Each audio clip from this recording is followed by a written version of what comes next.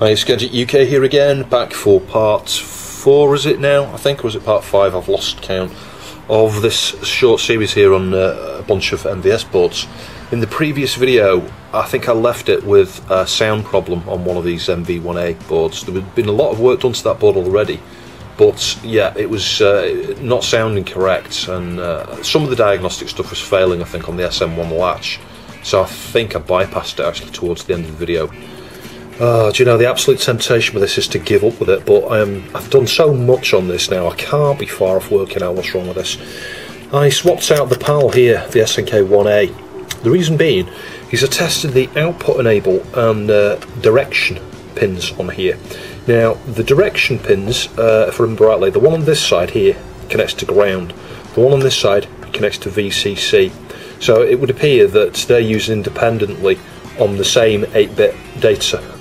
Well, maybe not exactly the same. I think one of them's probably connecting to this chip here and the other one's going somewhere else, maybe to the Z80 to pass through to here or something like that. I think that's what's happening. I think the Z80 communicates through one chip this way and then the other one this way or something like that. So the Z80 can read from here and write to there, or vice versa. I could have it the wrong way around. Could be wrong. One of these might just be used for the Z80, the other one might be something else, I don't know. So I then went chasing the output enables. I think the one on this side comes to pin 40 something here on the Neo D0. Now we've swapped it out, so it behaves exactly the same. So unless it's got exactly the same fault, which I find hard to believe, it's not that. The one on the other side goes all the way under, you know, up to a way up here somewhere, and on the underside all the way over to the SNK 1A here. So swap that out, it's exactly the same. Yeah, so the only thing that leaves is one of these Neo-Bufs interfering with the 68K data bus on very, very rare circumstances. You know, and I think that maybe that's what's going on. The one clue that I have, and I'll see if I can demonstrate it now, if I load a game, sometimes the controller stops responding completely, as well as lacking the sound. You know, you get the jingle, but you don't get any sound after the jingle, and just occasionally the controller stops responding, which makes me wonder if it's one of these actually, you know, outputting on the 68K side, just when it's, you know, when it's, because what you've got to remember, you've got to be switching access through these very, very quickly. You know, so like, for example, the output enable here is enabled, then that one, then this one, or then this one, then that one, in very, very tight cycles, you know, so you're talking, you know, nanoseconds, you know, the transition, you know, from one to the other. I mean, it could be hundreds of nanoseconds, but, you know, what I'm trying to get at is it switches over, enables this one, then disables that one, then enables this one, disables that one, enables this one, disables that one. And when that happens, if one of these here has got a slow transition, when its output enable switched off, let's say it stays high on one pin, just for you know, a cycle, CPU cycle, or well, it needs to be more than that because it's going to take a number of cycles for it to enable the next chip. But something like that could affect the read of the next, you know, the next read it's trying to do from one of these Neo-Bufs, in particular the Z80. And I'm wondering if that's what it is, you know, because these are, that one's never been swapped out. It seems to work okay. This one has been swapped out, but again, it's come from one of these boards where pretty much every single Neo-Buf has behaved in intermittent and unexpected ways. So I can't help but wonder if one of these is causing it. Anyway, I'll show you now. I'll just demonstrate, see if we can get the controller to stop working.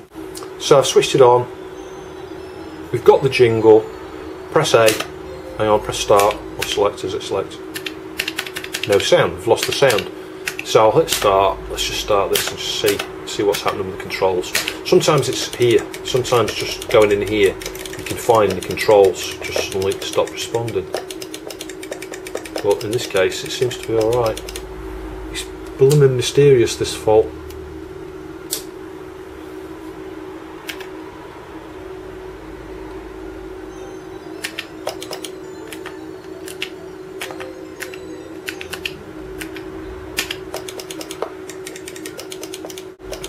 Yeah, control seems to be working here. It's very mysterious, to say the least.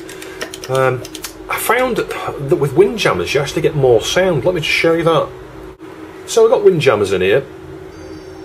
So you can hear the jingles different, which is good, because that shows a number of things actually. It shows Hang on. Do you hear that? So we've got a credit noise, not just the right credit noise. Hit start. No sound here, no music. Select character, listen. So again, I think the sounds are not correct there.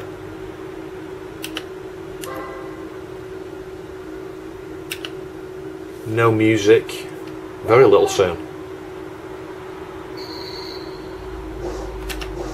But then we get some of the right sounds. It's really mysterious. You know, part of me's wondering whether it's just the YM2610. So this board has been absolute agony, serious agony to work on. I've worked on it for 3 weeks on and off, you know, evenings, lunchtimes, weekends. The amount of time I've spent on this is absolutely incredible. So where are we? Well, you can see I swapped the chip here just to rule out that we were getting any kind of issues with that, but you know, it was a long shot. It was the last thing I did. Prior to that, I swapped out these again. You may see some changes here. I don't know. You know, I swapped Vertex board for my board, swapped his chips onto there from a different board. You know, we've got different chips here.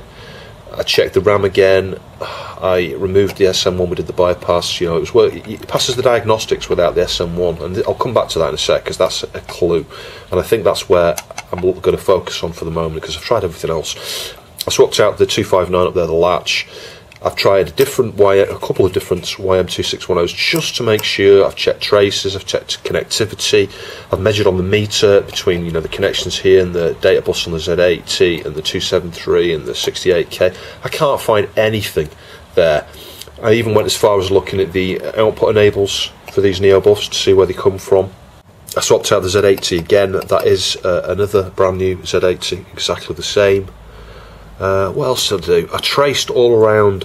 I spent some time tracing these in case these were something to do with either output enables or anything, you know, anything to do with the Z80 side. So I traced these. Now they are on the Neo Geo wiki, but it's not very accurate. So consider this as a correction to that.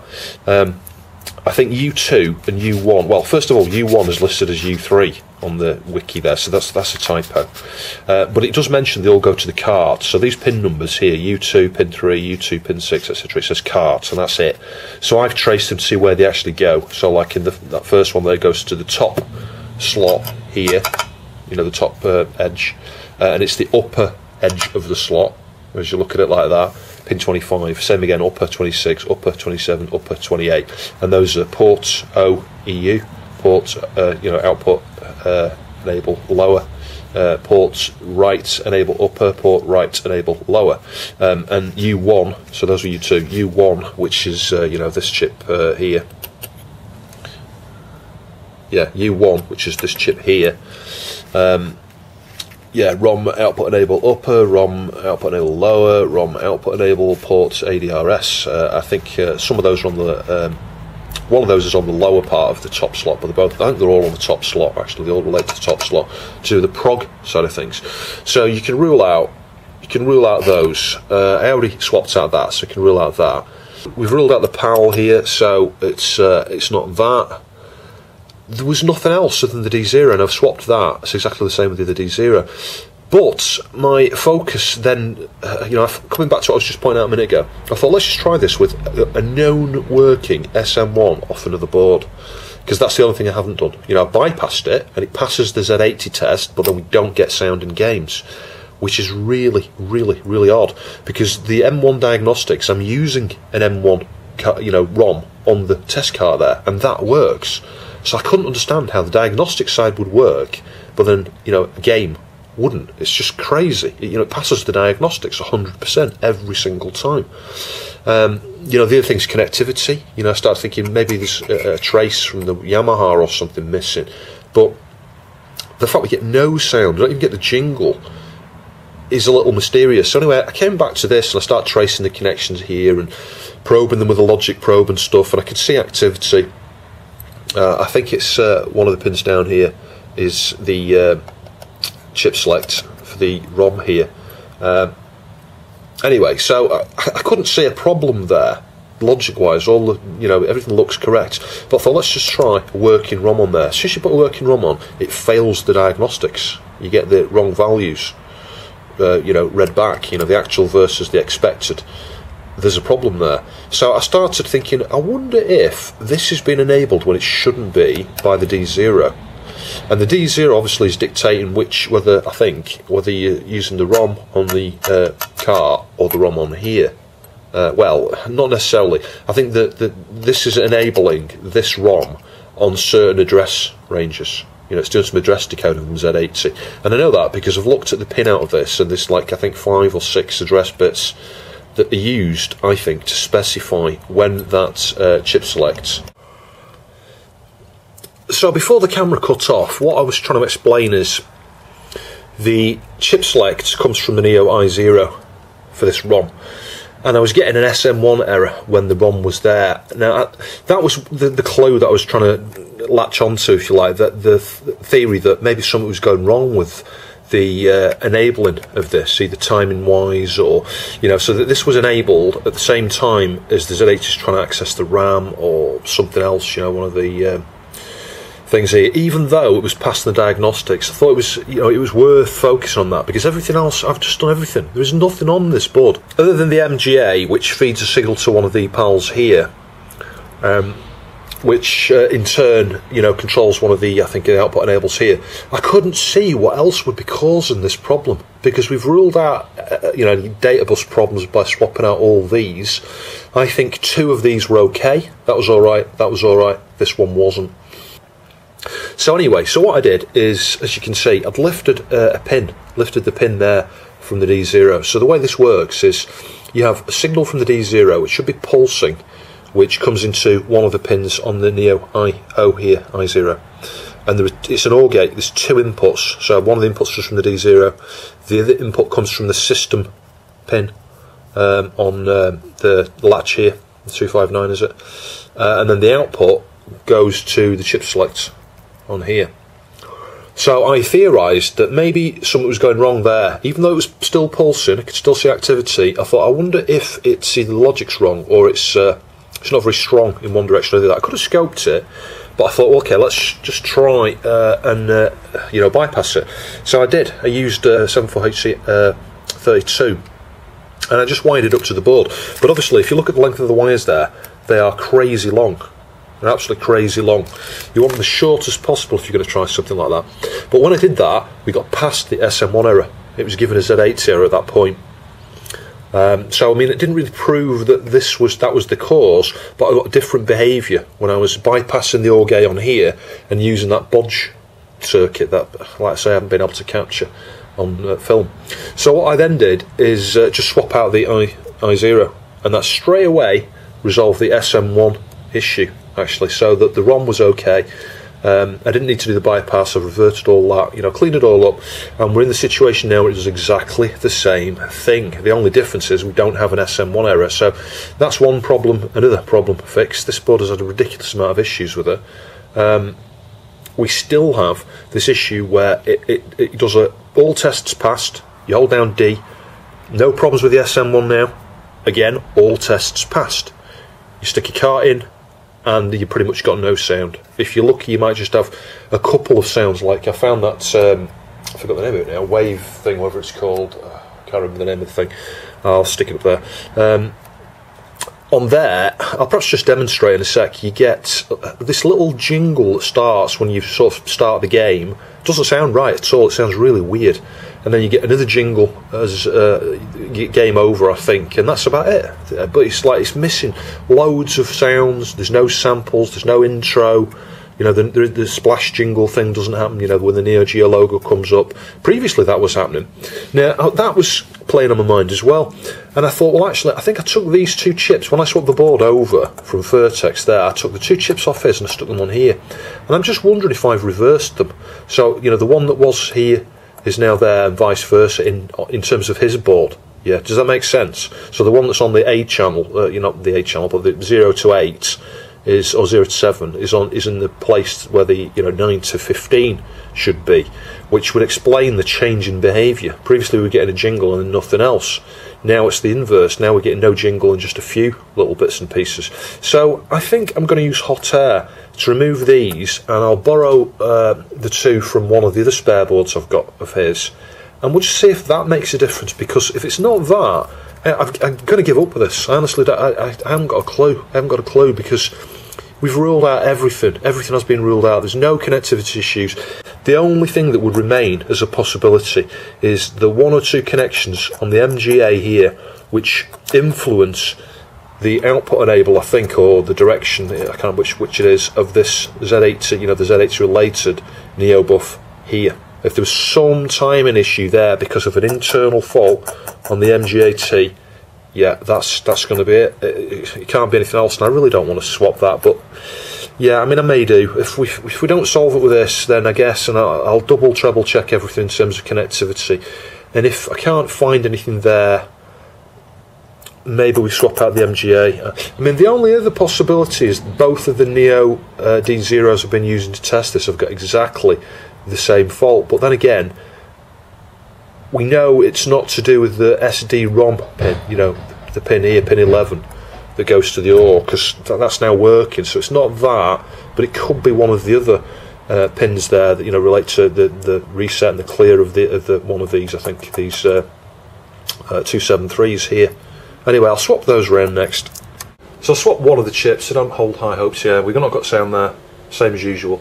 And this is what Windjammers were doing, just watch. As soon as I put a credit in, hang on. It's weird. It's really weird. It does that consistently, exactly the same every time. And if you start the game, listen here. If you remember before, we were getting sound there and here. So maybe the remaining 2, 4, 5 on there, I'll swap that out next. And then we had samples here which we don't have now. It's got to be that. I mean, this is the last thing. This is the last thing on the board. Well, apart from the MGA. I don't know. Beyond that, I don't know. And just something else I want to point out here. Why I'm not contemplating it being something wrong with cart bridge. Just watch this. You're going to hear sound test. Now this should work. Listen. Nothing. Nothing. Nothing. My understanding is, if there was something wrong with the cart bridge there, that would not affect the standard sound test. That doesn't work either. It's almost like very little is working on the YM2610, or the Z80 is hardly ever engaging with the YM2610. Like maybe it's not responding to half the commands the 68K writes to it. It's just really strange. Right, so diagnostics ROM in and the M1 diag is in. If I hold down D and do selects and start, all tests pass, and you can hear sound. This is what I don't get. This is why this makes no sense at all. That you can test it until the cows come home with this diagnostics, and it seems alright. The communications channel seems okay, whatever. This is the thing I need to look at next, maybe, is to disassemble the M1 diag ROM and see what it's actually doing. Is it testing all the communication channel here? It's certainly not covering all scenarios, because with the Unibus we don't get the standard test sound. That's not there. It just defies belief. It really does. It is completely beyond belief, this fault. I wonder if it is that MGA. Oh yes, I've sorted it. This has been a trial. It certainly has. You won't believe what the final problem was. It was a bad connection on the op amp, just on one single pin. Probing around it actually with the scope, trying to. It might have gone off now. Let's just see if we've got the sound. Oh, got it. But I'll see if I can probe that pin, and it may well go off again. Yeah, you can hear this probe. As soon as you touch it, it interferes. Stick your credit in, see if it's still got sound. Yeah, we have. Fantastic. So I'll explain a little more in a minute as to why the sound was quite strange.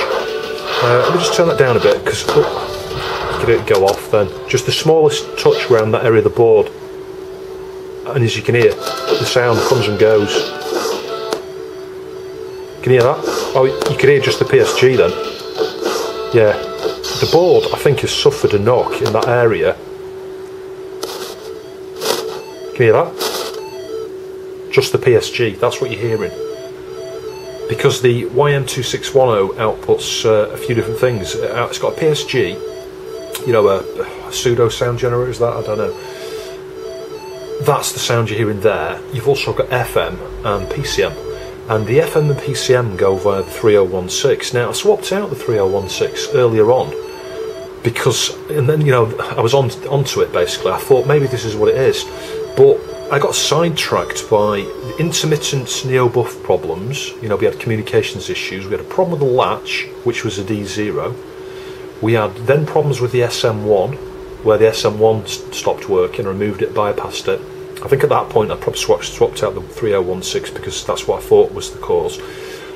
And then we started getting this, an inverse sort of thing where, because you remember one point we had the Neo Geo logo title thing, you know, the jingle, but we didn't have some of the game music. And this is the thing, there's been two or at least three, I would say, problems. This is after I got the board up and running with the Neo-Bufs and fixed the Z80 stuff, which just completely kept throwing me off the track. But the reason I landed back on the 3016 here, so I followed all the connections from the D0 to the YM2610, you know, so things like I think there's a read pin, write pin, chip select pin, those all looked okay. I was probing those, because whilst I can't probe it with the cards in, what you can do is, you know, just in the self-test there, you know, not even in the self-test, just the standard ROM, or in my case the Unibar, so if you hit start a few times, you can then choose sound test. And in there was no sound, and that was completely confusing me. That was why I went off at a tangent, started checking all these things, you know, around the board, thinking it was a digital fault,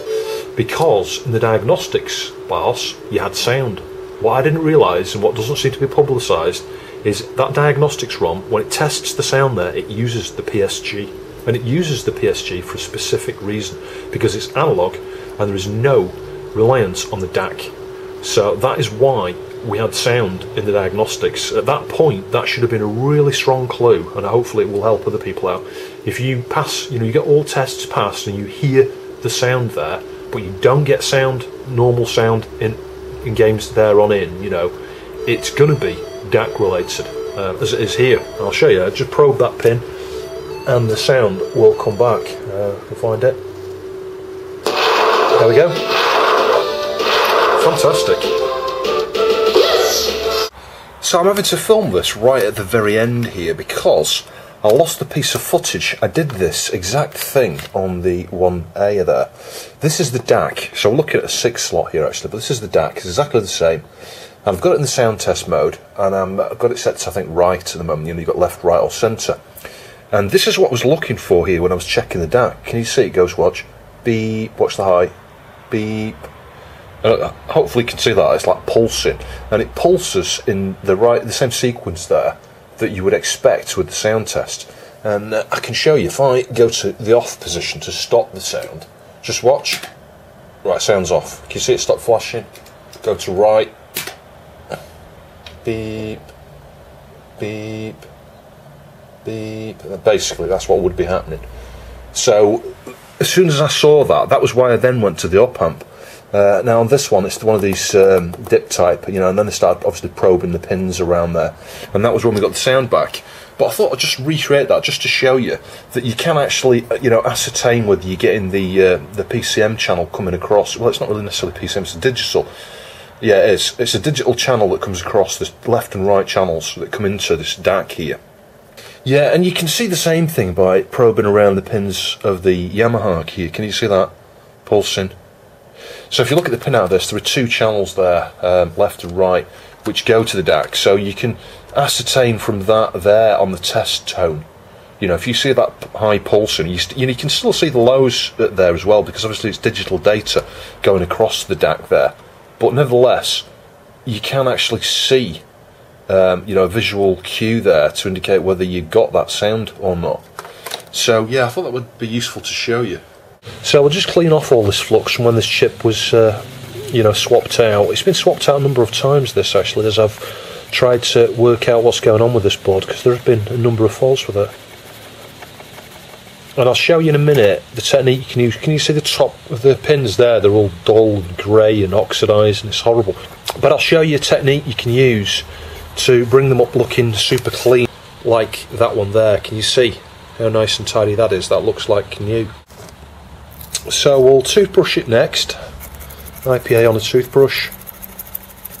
Just gets into all the little nooks and crannies that the cotton bud cannot, you know, clean. Clean the chips next to it as well, just because they've been in close proximity to where that flux is. Just use a paper towel on the top of the IC here, and then very carefully just get into the little gaps. Collect that IPA with the flux in it. So hopefully you can see how much better that looks already. But as I say, the finishing touch here is to make that chip look like new, and the technique there is to use some desolder braid with a little bit of solder on the end, as you can see there. Add some flux, just the smallest little bit, onto the end of the braid here. Just a little bit like that. And then you clean the tip of your soldering iron. Hold it directly on top of the connections there, and just drag over the top there. You won't remove any solder from the pins, but what you will do is coat the top of those pins there. And you'll see, if I just get a cotton bud with some IPA, obviously we need to repeat the clean-up work here. I'll give it another go with the toothbrush afterwards. But can you see how silver that is now? All that oxidisation's gone, because that's the only part of the pin there, well, other than the underside, that doesn't come into contact with the solder. So they just look, kind of look really awful on a board that's, had the elements and stuff. It's been exposed, been sat in a warehouse or an attic or a loft or something for a period of time. But you can see how much difference that makes. That looks new. So I'll do the same on the other sides now. The top side here is pretty bad. You might be able to tell from the camera there, it just looks awful, can you see? So there you go, and you could be forgiven for thinking that looks like a brand new chip. The difference it makes cleaning up the tops of those pins there, it's a vast improvement. So a quick look on the top and the bottom side of this board. I think it's as clean as I'm going to get it for the moment. So you can see it had a new backup RAM. That was one of the first problems with this, and a 259. Now, as a result of trying to work out the sound test problems, obviously I pulled off the 259 at one point, and I didn't heat it quite enough. And you can see the pads that are unused. There's one there, one there, one there. They don't go anywhere. They serve no purpose. They came off, and it's just my own problem. That's my own fault for being impatient with it. But by that time, I'd swapped about 20 or 30 chips in various positions on here. The Z80 Neo-Buf that came off about 3 or 4 times, maybe 5 times. As I tested the other Neo-Bufs before I got onto these PCBs and stuff, and I originally had one of Vertex boards on here. I wasn't sure that was the problem. I swapped it over for this PCB. And this down here, I think, had been swapped out about 3 or 4 times. No damage there. I think there was one pad here, because this had been off and on, a number of times. There's one pad there that's kind of floating. So it's all joined up. It looks perfect, as you can see. There's no issues. But if I was to touch it with this now, I could move it. So I'm going to stick a little bit of nail varnish just over that there. I think all the others are okay. There's no other floating pads anywhere, which is remarkable, really, because a number of these chips have been off and on. The D0 has been in that position there. It's been off and on about 4 times, maybe 5 times, I think. The Neo I0 has been off here on and off and on 3 or 4 times, because at various points I've been testing chips on other boards to try and rule out problems with the other boards, you see, as well. There were a few bodges here, lessons to be learned. When I took off the YM2610 earlier on, to try and understand whether that was part of the sound problem, I swapped out a chip that I knew was working, and I didn't socket it. But then later on I started to think, hang on a minute, the Z80 is on the same data bus, as this here, and this is outputting what it shouldn't be doing. I wonder if we've killed the YM2610. I wonder if that's now causing me a problem. And this is the thing, it's always worth, if you're going to take a chip off, for the £2 or £3 it would cost for a socket like that, and they are quite expensive, it's worth just sticking a socket on there. It seriously is, because if the board ever failed again and it wasn't the YM261, at least you can then just unplug the thing and use it elsewhere. It saves you desoldering it. So there is a benefit to doing that, but because of that, the second time I took it off, I damaged connections on here, actually. I think it was because I had too much heat. I'm not used to using this E-Nasty or Anasty ZD915, and I had it a little bit too high. I think it's because I'd been desoldering something somewhere else. I'd left it around 420 or something, or 430, and it needed to be a bit lower on the pad there. And obviously, like I say, this chip had been off previously. So yeah, we had a damaged connection there, and all it was is the VCC. It might be the ground, I don't know. It goes to here, you know, this extended area here, and again, the extended area over here. I think it's ground, to be fair. So I had to join up with two little wires there. And when I took off the 4116, again, I just got impatient because I was getting cheesed off with the thing, and I damaged a connection there on the top side, so we got a short wire there. But no other wires on this board. You know, you can see where I took the pals off here, no issues there at all. I did have to reflow all these caps and resistors and things around here because the E-Nasty, the Anasty ZD915, is quite a wide tip, and I ended up just getting solder on some of these, so those have all been reflowed. It's got a socket on there, obviously, which I fitted to start with to get the diagnostics ROM on there. I've left these two both socketed. I could in theory spend time now and remove some of these sockets, but actually I'll just leave them on. You know, they're like, I don't know, 30 or 40 pence each or something, those I think. Same with the 3016D down here. Originally I swapped that out, I didn't socket it, so the second time round I socketed it, and then it was just at that point, you know, there's nothing else on the board here to do the sound, really. There were two things, I'll tell you what they were. Well, there's one thing. The final thing that I was contemplating was the MGA, because one of the pins, I can't remember which side it is, one of the pins comes in up here onto the SNK 1A, and obviously, you know, I think it's that fourth pin there comes out to one of the connections on here. I can't remember if it's the direction, it might be the output enable. I think it's the output enable of this. So I was contemplating maybe this is not getting a correct signal on that one or two pins that come from here in order to switch this at the right time, and for whatever reason it was passing the diagnostics. We know now that isn't the case, but that was my theory at that point. The other theory, you know, which I ruled out, was this one down here, because whilst this seems to be primarily to do with I think the DTAC signal, there are again connections from here, and I think one or two connections between this chip and this chip. So again, regards to that fourth pin there connected to here, I was contemplating maybe this wasn't getting something it needed from here. So again, that's why we swapped that out. But these were, you know, the last things down the line, because they're not the most likely causes. You know, I think generally if you get a failure in one of these pals here, it perhaps wouldn't be on one particular pin. The chip would just go completely, I think, you know, from experience of coming across bad pals before. You tend to find there's numerous issues, you know, numerous things affected. If you've got a problem with one thing related to the connectivity of the MGA here, numerous things perhaps wouldn't work, if you see what I'm trying to say. So in terms of the Neo-Bufs I took off on this board, I've got one or two that are okay. So I think the one from here was okay, and the one from the control area here was okay. It did need one here, and this was why I had a Z80 error, amongst other things. We had a problem with the SM1. The SM1 was faulty on this board. I suspect that what killed that was the Neo I0 here. You know, the OR condition had failed here, which meant that this was kind of enabled and disabled at the wrong times. It was still toggling, you could still see pulsing, but it was at the wrong times, and that kind of makes sense, because there's two things driving that. You've got the system pin that comes out of here, and you've got the SD-ROM pin that comes out of here, which are responsible for the chip select on pin 22, is it, or something, somewhere up here, I think. I forget where it is. Yeah, and I did damage, sorry, what's something else I forgot? I damaged, whilst we've got a sliding, you know, floating pad there that needs just a bit of nail polish just to hold it, protect it, me, the idiot, damaged a trace there after this came off the third time, I think, before I put, I think it was as I took Vertex board off, I forget. So yeah, an absolute ton of work on that board. It's incredible. The number of hours I've spent on this, it's been literally a month on its own, this board. I've spent every minute of every spare minute I've had of the evenings and weekends when I've been off on leave. This has consumed a huge amount of time and effort. But this is the way I am. I cannot just accept something. I was very close to it a number of times.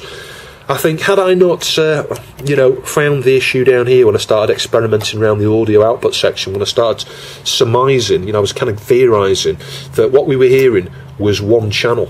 You know, I couldn't quite make sense of it because, you know, earlier on we heard the jingle and then we were lacking other channels. But nevertheless, that was, you know, it was a different error. That was a digital fault. We had something wrong with the communication at that point. But what we ended up with was just a bad connection here. And I think, actually, I still haven't really understood what's going on here. It was this pin here, can you see? The one with the via with the little eyelet there. The via, where the via is. As soon as I touched that pin, the sound came back on. As soon as I let go, it went away again. And I pressed it down a few times and then it stayed on. So I'm not sure what was going on. I did reflow it. It looked super clean in the solder there. It's very strange. And I have had this chip off, there's no damage underneath it. So I think what I am going to do is just scratch the eyelet there, you know, the via, and stick a little piece of kynar through the other side and solder it on both sides, just because that's the only thing I can think that we've got a bad via there. That was the final issue, but, you know, there were numerous things. It's not like that was the only issue with the sound on this. We were getting an actual Z80 error right from the start, and as you've seen, you know, we had a fault, you know, a fault here, you know, with the SM1, a faulty SM1, it did have a faulty Z80, that's the other thing. You know, anyway, I'm going on. I could spend 20 minutes talking about just this one board. Yeah, so because I've recorded so much footage, it's impossible for me to record all of the soldering and desoldering work. I'll just show you, you know, soldering this. So, you know, I got it in position, used the magnifier there, soldered one pin, checked it, soldered the other pin, checked it, so it's nice and straight. Got some flux on there, using the chip quick flux here. And we can just literally drag along. Let's just get a bit more solder onto there. We can just drag solder across here. Yeah, we've got a little bit extra in the corner there because where it was anchored, but just bob in and out now. Yeah, you can see it's really simple to do. You can just use a bit of the solder braid on the corner points there where you get a little bit too much solder, but it really is this simple. The soldering is not too bad actually. Putting chips on is quite quick. One of the problems you have, well, I had, is obviously you're taking old chips off and on, off and on. You've got to use the desolder braid with a bit of flux on the underneath of the chip to remove the solder. You know, you've got to remove the solder from the pads on the board before you fit your other chip. Otherwise, it'll just be higgledy-piggledy. You know, it'll be sat on the board in an uneven sort of messy manner. So to do it tidily, it just takes so much time and effort. I would say I've used on these boards at least one tube per board. I must have used 8 tubes of this, and it's pretty pricey stuff. I bought 6 of these recently, and it was about £20-ish, £25. So yeah, it's cost an awful lot of flux. I need some more. That's my last tube. I've got a tiny bit left. Road to the final victory. So the one thing I haven't done on this board is try it with its original YM2610. So I've cleaned the pins up there, straightened them all out. I'm going to swap it over and just see if its original YM2610 works. I'm going to bite you so bad. So this is with the other 2610. Sounding positive.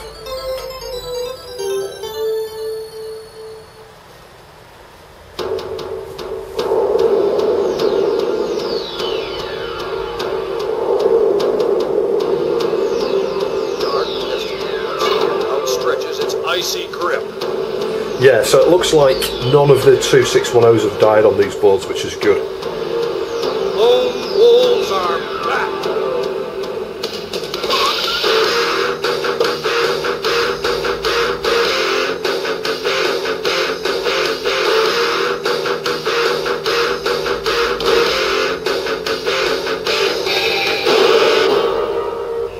Fatal Fury 3.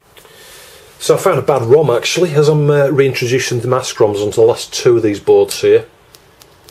Watchdog.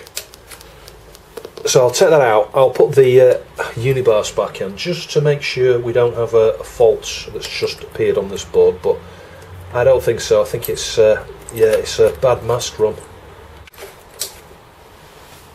Yeah, and there's with the Unibars. So yeah, that's good news. With another mask run I've just cleaned up, that one works okay.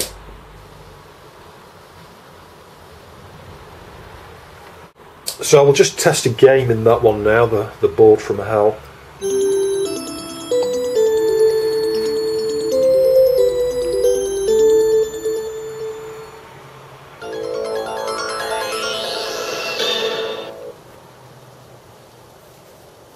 Yeah, that looks to be working okay. I think this is World Heroes Perfect. Stick the credit in. Oh, in fact we can't, yeah, the credit's on the jammer board. World Heroes Perfect. Player select. Seat. Console versus Captain Kid. Yeah, I think we can say that's working alright.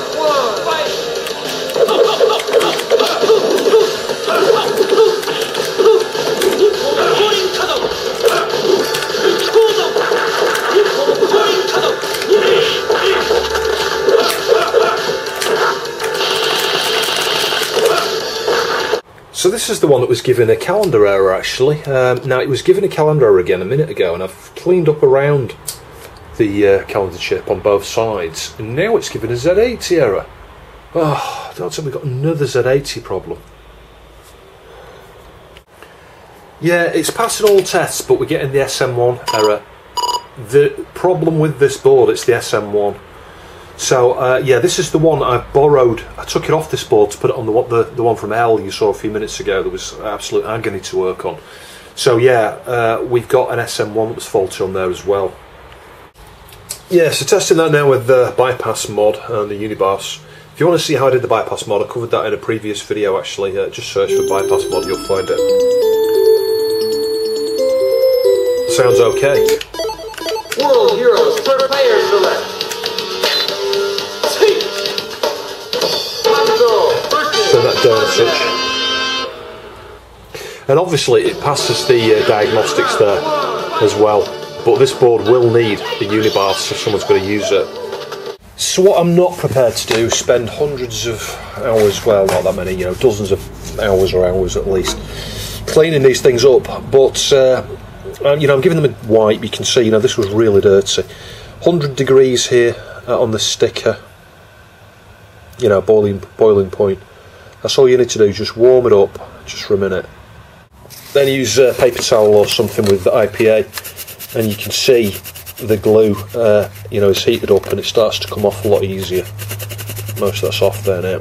Just a few big bits like that there. There you go. If anything, it kind of dries the thing out actually, because this was like really sticky stuff that just would not come off. It wouldn't even peel. But you can see most of that's off there now. With a little bit of work, those bits should come off, and then I can just gently wipe it with some Plastex or something just to clean up that area. So let's get some Plastex on there. This is the new type actually, it's called Plast RX I think. But if we just get that on that top piece there, because that's where all that tape was, and if we don't do that, it's going to leave horrible marks and things from where it was. But you can see, you know, it's coming up quite well actually. Now we can just get a toothbrush into the areas here as well.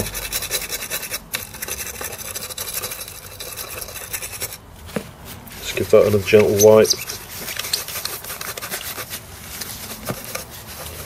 Yeah, that's not too bad. It's not too bad at all.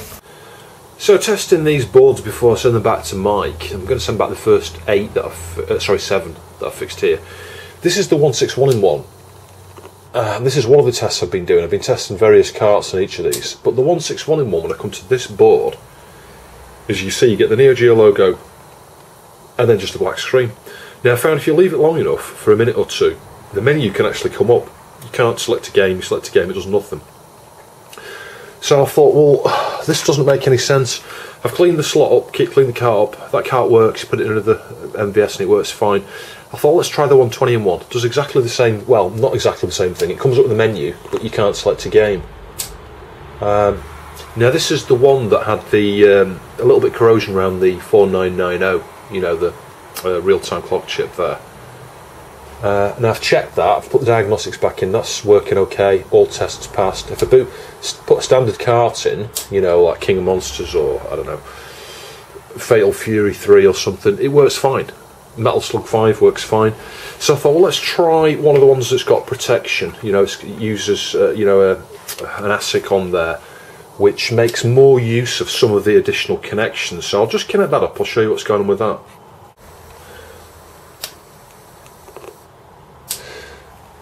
So here we go, this is that King of Fighters cart here, and as I say, I think it's got this, is it the Neo CMC or something it uses? See this here, we get this write error straight away, it won't even boot. And if I get this to reset, how do you reset? Hold down ABCD, change it to AES, console mode. Then it boots, so there's obviously something to do with the MVS mode there, like the backup RAM, for example. Bear in mind the backup RAM tests perfectly. And then you get this, where the graphics are just messed up. Now, my first thought is it's something to do with the prog side. I think we're having a problem when it's trying to write to certain addresses in the, you know, on the cart. Perhaps to do with bank switching, and then we get a crash. And again, if you look at the read-write, it's when it's done right. I think it's failing on a write.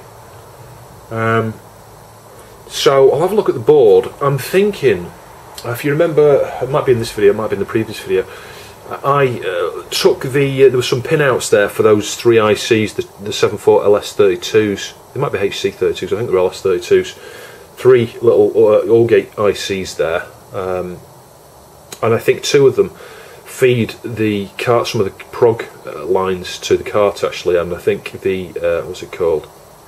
There's an ADS one, ADRS one, isn't there? And I'm thinking maybe those are something to do with it. Now with the logic probe, they measure okay. I'm going to inspect the board, I'll show you in a minute what I'm talking about. I'm just going to focus around that area perhaps, and just make sure the connectivity's there. Now I've got the pinouts for that from what I did in that previous video, that should be easy to test that. But I might just swap those ICs. I'm struggling to understand what might be wrong with this, because with, like I say, standard cart works fine. It works perfectly. It's very strange. Yeah, so looking at the board here, yeah, prematurely marked that as fixed. I mean, it was fixed, it's just part of the testing here. I've discovered, obviously, this issue. But you can see, this is the one where we had an issue around the real-time clock chip, and you can see, you know, I soldered some of the connections and the traces here, and I put some nail polish over the bits that were damaged. You know, we had a damaged connection up there. This one's had a couple of Neo-Bufs here. That one's still an original Neo-Buf, and that one is. So I'm not ruling those out, but it passes everything. You know, we don't see any pallet issues. It passes the pallet test. The Z80 stuff works perfectly, even on, when it doesn't boot these carts. So I think, yeah, it's a long shot, assuming it's going to be one of those two.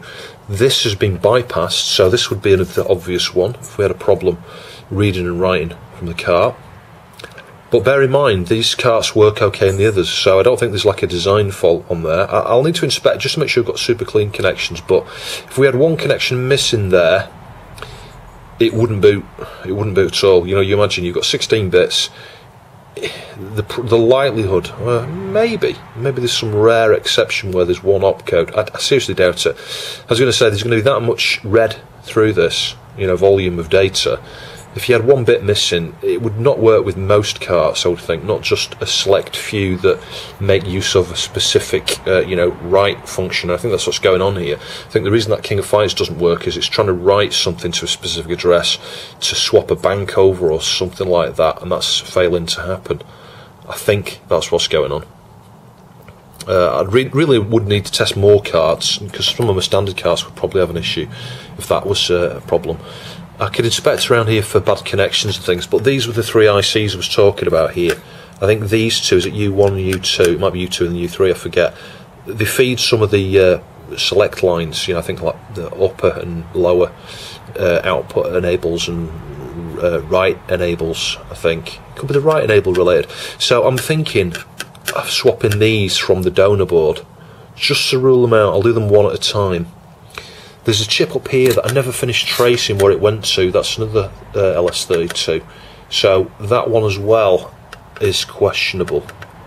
I think this one's had a new 259. I think that was one of the faults on this particular board. Beyond that, I don't know. We're kind of getting into the realm of maybe something on the D0, maybe clock related or something. Maybe the Neo I0. I'm not sure. I can't remember. I think there is a couple of select lines come out of that, but I don't know. Why would it work with other carts? This is the thing. This is the mystery with this one. There's nothing been easy with these boards, is there? I don't think there's not much we've not covered really, apart from these main chips here and the PALs. We've more or less touched a bit on everything really. We've not done anything with the F0 either yet. I've never had to replace one of those yet. So yeah, I'll inspect first, and then we'll work through swapping these, I think, first. But I'll do some connectivity tests as well as looking around and cleaning up. I'll test the connections between the top slot here and here, just to make sure we've got those connections that I outlined in the previous video. So I can't find any connectivity issues. I did check these two chips to the bridge there, and I did spend a bit of time on the underside of the board following all the traces that go to the cart's bridge. You know, all the wires, because there's some wires with, I'll show you in a minute, that one or two look a little bit questionable, but they're all alright. They're all alright. You know, there's kind of like look a bit dull in places, a couple of dull marks where corrosion's just got onto the surface, but it hasn't actually, you know, eaten into the trace. But they're all okay. I've followed them all.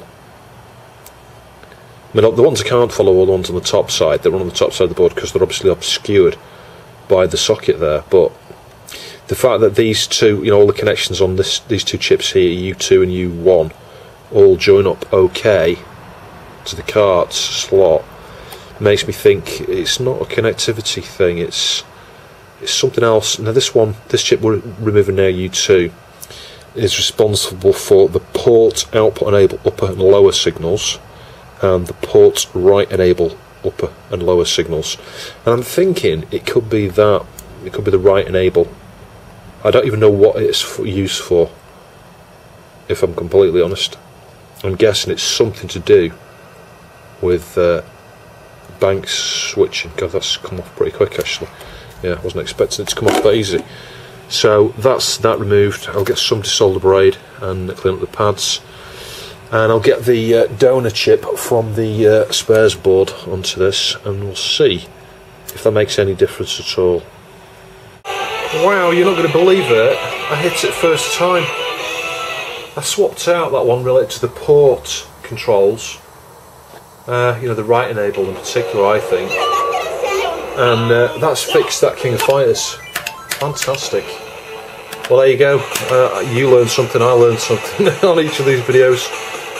If you get problems with certain carts not working, the ones that use, you know, higher meg count, certainly the King of Fighters and Metal Slug 5, etc. Only an official Metal Slug 5, the bootleg, works a different way. So that's with the 161-in-1. It came straight up.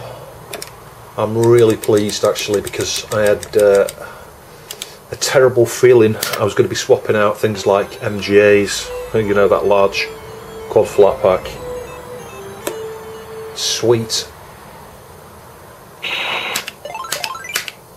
Oh yes, Mike will be happy. Okay. Mission 1, start. So that's been on test for about an hour. It seems alright to me. I'll just do some more testing with the 161-in-1 just to make double sure, but yeah, I think we're sorted now.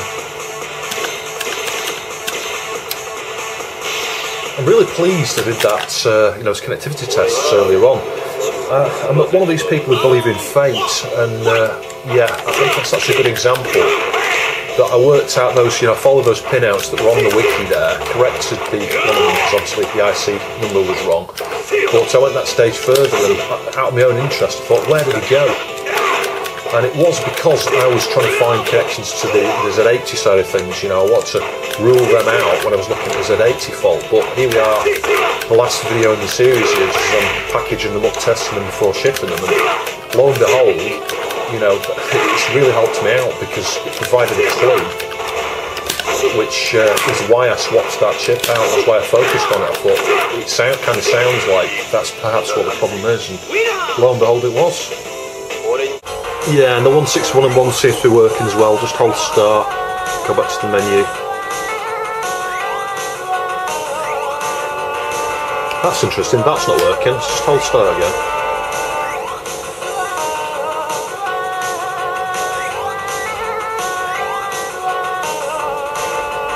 Yeah, I'm not sure why start is not. So one strange thing I noticed there, whilst the 161 and 1's working, I can't get back to the menu by holding down start. Now that's weird. I think I don't know what would cause that. So I thought we'll test it with the Neo SD here. So I'm programming up a game here. That seems to be working. What I did find is holding start down while doing soft reboot, I couldn't get into the menu to program it. But you know, a hard power off and power on, holding start down, got me into the menu. So there's something just a little bit strange going on with the controller side, just with the 161 in 1. Maybe on this card as well, but let's see if that's worked. That was Sonic Wings, I think. 3, is it? Yeah. So it seems to have programmed okay. And it's working alright.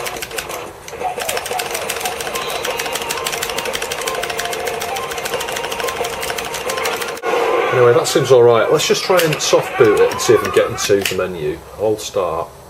I suspect it's not going to go in. I suspect I'm going to need to do a hard boot. Yeah. And we've lost. No, we didn't. Yeah. I don't understand why holding start down on boot is not working. That's a little bit strange. All the others work that way, and we seem to lose the jingle there at that point. But it sounds alright. And if I hold down start as I power cycle it, I'm sure that'll probably go into the menu. Yeah, it has. So yeah, that's a little bit strange that. So I'm not entirely sure what fixed it. I suspect it was what I did. And what I actually did was I reflowed the two 74HC245s that are sat on the Neo-Buf, you know, the little, I'll show you the PCB that I fitted that sits in the controller area there, you know, not the main one for the directions, but for the start and select buttons, and for the register B, is it? I suspected that was what it must be. Couldn't be anything else, so I reflowed it, and as you'll see, if I start Metal Slug now, start the game, stick the credit in.